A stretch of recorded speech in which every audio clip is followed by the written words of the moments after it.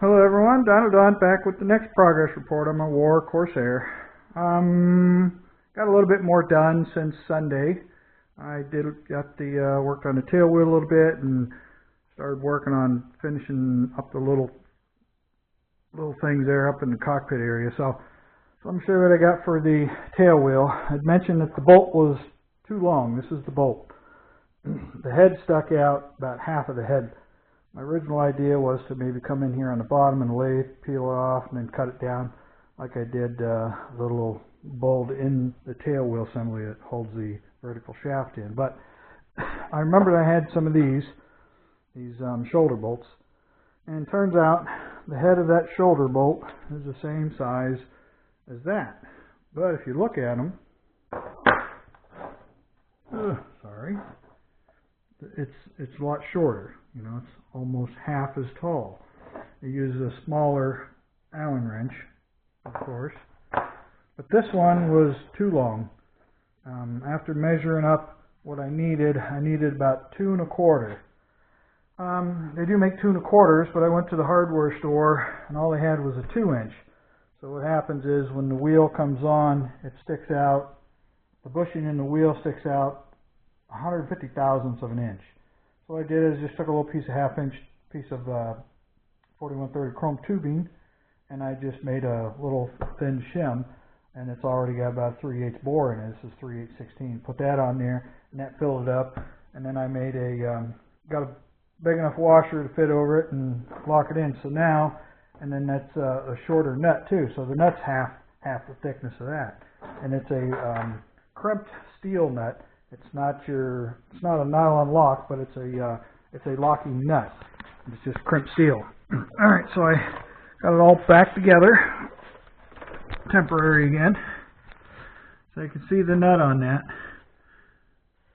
There's half a thread or so sticking out.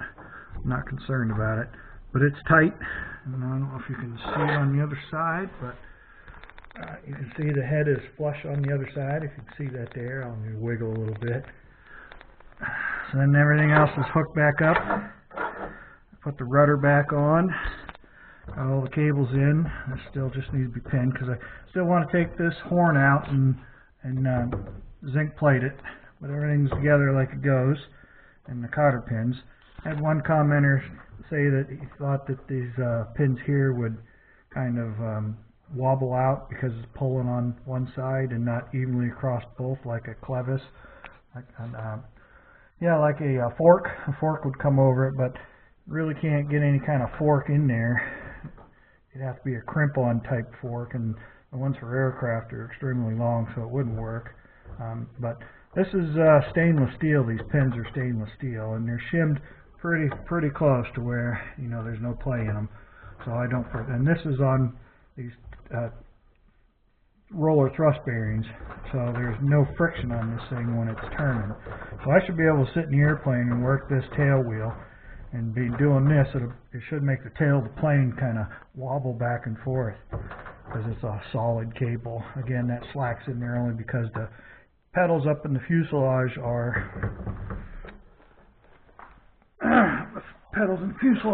only on a set of sprays, so they don't. They're not a closed loop. Sometimes you can take and run a cable around the front side of them through a pulley to the other side, and you can tighten them right up. You see the pedals just pull back easily. But once you put in there and get your feet on them, then they'll lock right up. The cables are a taunt. So, and then I can still adjust them here. So once I'm happy with these, I know I should unplug that. I'm done for the day out here anyway, so I'm going to just pull the cord on that. But I need to safety wire those after I'm happy with where they are before I throw the fuel tank back in it. So, as far as I'm concerned, the tail wheel is done for now, other than making it so it can tuck up in without catching. So it's going to need a little bit of a guide, a little tapered guide in there, so the tires can hit it on either side and take her on up and straight. And I did get the motor put back in. It's all hooked up, and so now when I turn the power on, you should see straight grains. These things are extremely bright, so they work fine.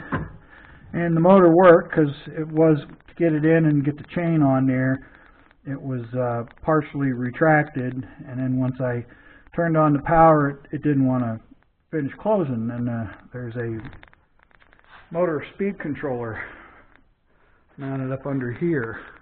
This screw is tailwheel speed, and it had somehow, messing around in there, it got turned way down, and I had to just turn it up, and then I heard it go ring, and it worked. So still good. I thought it was a loss of power or something, but and then I got that tied back in there for the lights. That's all safetied inside now, so the lights can't come out, and I got the switch, of course, all back in place. The gear retract switch, so it's all finished. Everything's back where it was. Nice and tight. The lights aren't going anywhere. Everything looks good. And I did this. I just finished this. Here's my knob. So I can pull that thing out like so and grab a hold of it and set her down. So that's it. All done. Just got a nylon lock nut holding her on the back side. Good to go. And everything down here is pretty good. Like I said, I'll have to disconnect the wires to the motor, which are again these yellow and red wires. All I have to do is disconnect one of them, and I can kill the motor so it don't work, and then I can complete the tailwheel retract and get it so it goes up in there, and then get the gear doors all hooked back up. And what I usually do on that is I take one door, I rotate the gear up in there, and I pull the door shut, and I put the linkage in, adjust it, bring it back down, disconnect it, run it back up, and then do the other door. It should be pretty close to what it was before. This arm is actually a little farther forward than it was before. The old tail wheel was kind of a different length, and I think it mounted more back here. So the angle's off a little bit from where it was, but it'll still work. So, but now this is a lot thinner, so I got more room, but I can still kind of do a light clearance. I might be able to just get away with, let me get down here where I can see. Might be able to get, I'll have to run the wheel up in here where it goes and see where it goes. I might be able to put a little piece of triangle material right here. So if it comes up crooked, it'll hit the triangle piece here and kind of push it over. It wants to, because of the weight of this arm, it wants to, I think, fall one way or the other. I think it wants to fall this way a little bit in the back, but I can't retract it now because it's all hooked up to the motor. You can kind of see the motor's way back up in there again, the switches. So, and the gear doors hook up to these things here to here, little clevis or turnbuckle assemblies. Plus I had some swivel joints on here so it allow it to, when it goes up in, it twists and such. But now I'm going to make sure. I don't think it's going to interfere with these, but like I said, I'll retract it up. But this needs some kind of a guide, either starting out here to where if it catches, it'll guide it up in there, both sides, or the guide could just be a piece of aluminum, a U-shaped piece of aluminum that comes up around to a block or something. But there's enough room in there for these doors to give me clearance. But the wheel tucks up in here somewhere. Well, it tucks up actually clear back here, I guess, where the opening is. So we're real close. But now I should have at least 1/4 of an inch clearance now that this is half the distance and the other side is flush. So I got the alternator wire ready to hook up. I had to pull this panel back out here, floor panel, run a wire from the positive bus bar, 12-volt bus bar, up to my alternator switch, which is right here. And then that's the center wire is the alternator power, and then this wire is coming out to here. It's going to come up and tie into this one, and this is where I'll put the 470 ohm resistor, and I'll tie that all up out of the way. But the only resistors I have in a 470 ohm are 1/8 watt, and they're very small. It's only replacing just instrument panel light. When you start your car up, your alternator battery light will come on. Once you start the car, then when the alternator kicks on, it goes out. So the idea is it has to go to power. So because when the alternator is not running, there's a high resistance ground there that gives it just enough ground that when you turn the key on, power from the 12-volt system goes to the light. Light goes on because it grounds in the alternator. And once you start it, that ground turns to positive voltage, and then you end up feeding positive voltage to this side of the light, positive voltage to that side of the light, so the light goes out. Light needs ground. But the light's got to be a milliamp thing, so an 1/8 watt would probably work, but the only problem is 1/8 watt it's a very, very fine wire, and I'd feel better. Everyone uses a 1/2 watt on cars because it's got a nice thick wire, and you solder it, heat shrink around it, and it'll kind of hold her. It'll be less chance of breaking. So sometimes I would do a double heat shrink, put one small piece on first and then a second one over it, just to keep it from flexing and bending and failing. And then I'd have to put a little tag on that wire to remind me later on that there's a resistor in there, 470 ohm resistor. So if the alternator fails to work and I not seeing power coming up through that wire to the alternator, then I can remember to look for that resistor. Otherwise, you'd put a light up in here. Light would be nice, but trying to find a very small instrument panel light with a socket that could go in the panel, like these switches, tough to find. I haven't found any. Everything's going LED, and I don't know if an LED light will actually work in this situation or not. An LED light will power up, but if the alternator will sense enough to make it kick on and off. So, alright, I guess that's about it. So hopefully that's the last time I got to pull that up out of there. And again, this should all be done back here, other than tying this thing up here. This little terminal strip needs to be remounted because a lot of that stuff mounted to the back of the seat before, and then these are the relays for the flap motor. I'd probably mount these right here now. As you can see, I can probably stick them right there. Get them up out of the way of the controls. These are the actual turnbuckles for the rudder cables. They're already safetied with special clips. And then the seat belt. I got to kind of hole up higher for the seat belt to come through, because once this seat folds back and I'm in a position for flying like this, the seat belt's got to come up here higher. Once it's in the other position, this position, to sit in there, the seat belt will clear here, but once you sit down in the plane, and it covers that hole up, so it covers it up by over 1/2 inch. Alright, I guess that's going to do her for this one. Not much else to report on. Today was actually warm, and it's supposed to have been like 25 degrees out today. Still feels cold though, still below freezing.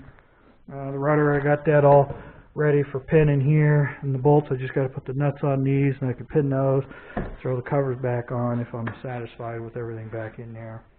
So the next thing is just get that tail wheel tested, retracted, get it so it'll go up in there straight if it's not straight when it goes up, and get the doors hooked up. And I'll have to try and, there's nobody around town anymore that sells electronic components, resistors, capacitors, and all that. All those little shops have gone. They've closed up. Radio Shack's gone now, so I can't find that stuff anymore. You got to order it all online. So, but that's the last thing is the alternator wire, and then that should be done. Now, like I said, I can safety the cables for the rudder steering, the tail wheel steering, and then get that tank screw sealed up for a little bit of leak that they were seeping at, and then put the tank back on her, and then get back onto these.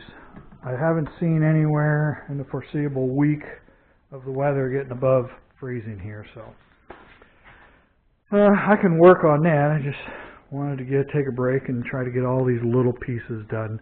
Getting really, just got a lot, and then this still needs to be painted, but I'll do all that once these are all done. And then get these hoses hooked up, get them radiators in, and then the flashing covers for that. So hopefully that's the bulk of what I need to do. Depending on how long our spring is, how rainy, miserable, cold, wet it is. I do have my light kit But I'd like to at the very least put the strobe light on the tail. It'd be nice to put the strobe lights in the wing, but that requires everything to be cut open again. And I'm not ready to cut that open after I did all that repair work for now. I don't need them. The strobe light will be nice just for something to blink while I'm out in the daytime. It'll make it a little more seeable. So, all right, everyone, I guess that's going to do her. I'm going to keep this one a little short.